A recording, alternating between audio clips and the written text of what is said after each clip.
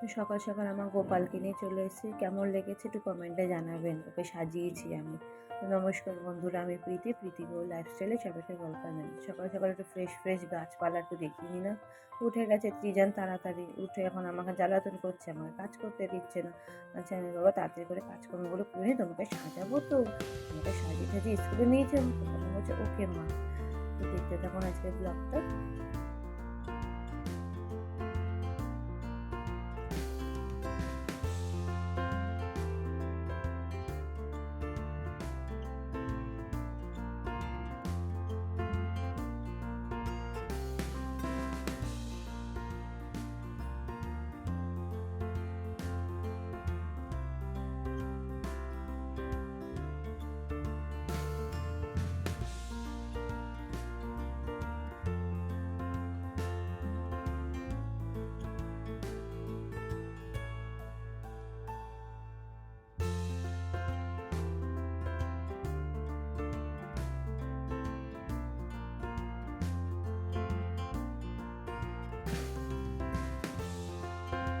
দিকে দুধ বসিয়েছি, ওকে দুধ গরম করছে, যে এই ড্রেসটা পরবে, যে ড্রেস আপটা আপনাদের একটু দেখিয়ে দিলাম।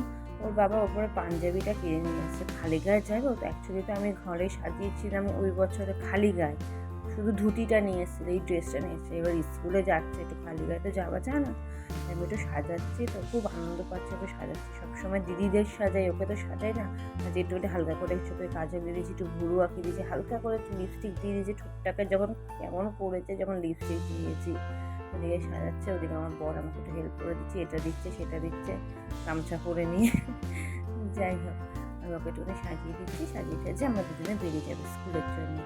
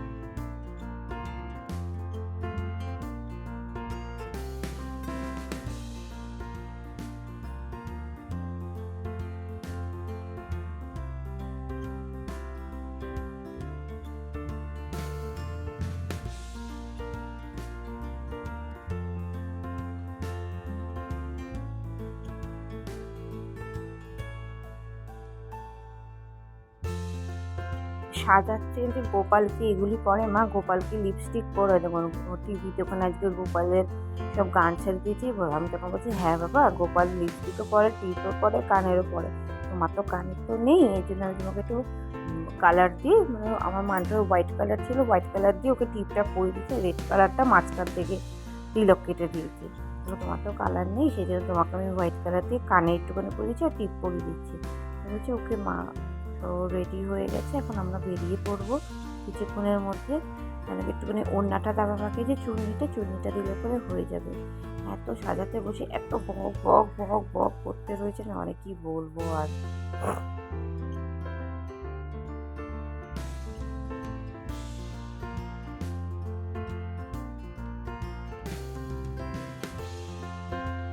তো বেরিয়ে পড়েছি, বেরিয়ে যখন রাস্তায় বেরিয়েছি এ আদর করে সে আদর করে, ও কোলে নেয় সে কোলে নেয়, ও তো কারোর কাছেই যাবে না আমার কাছে ছাড়া। তার মধ্যে এত রেডি হয়েছে, সেজে গুজে রয়েছে।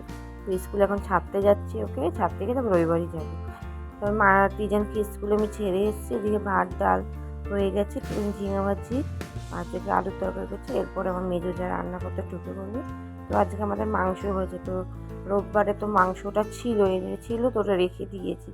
কেন কি শনিবার দিককারই যে বললাম আমার বড় জায়ের ছেলের জন্মদিন গেছে, সেদিনকার মাংস দিয়েছি। আবার রোববার পরপর দুদিন মাংস খেতে না ভালো লাগে না এখন। এবার মা মেজো জাদিকে রান্না বসিয়ে দিয়েছে, মাংস বসিয়ে দিয়েছে, আলু ফালু ভাজা হয়ে গেছে। এখন হচ্ছে গিয়ে মাংস কষানি হবে। তারপরে চাল কুমড়োটা হচ্ছে ইলিশ মাছের মাথা, একটু ইলিশ মাছের 4 পিস ইলিশ মাছও করা হয়েছে। চাল কুমড়োটা ইলিশ মাছের মাথা দিয়ে হবে।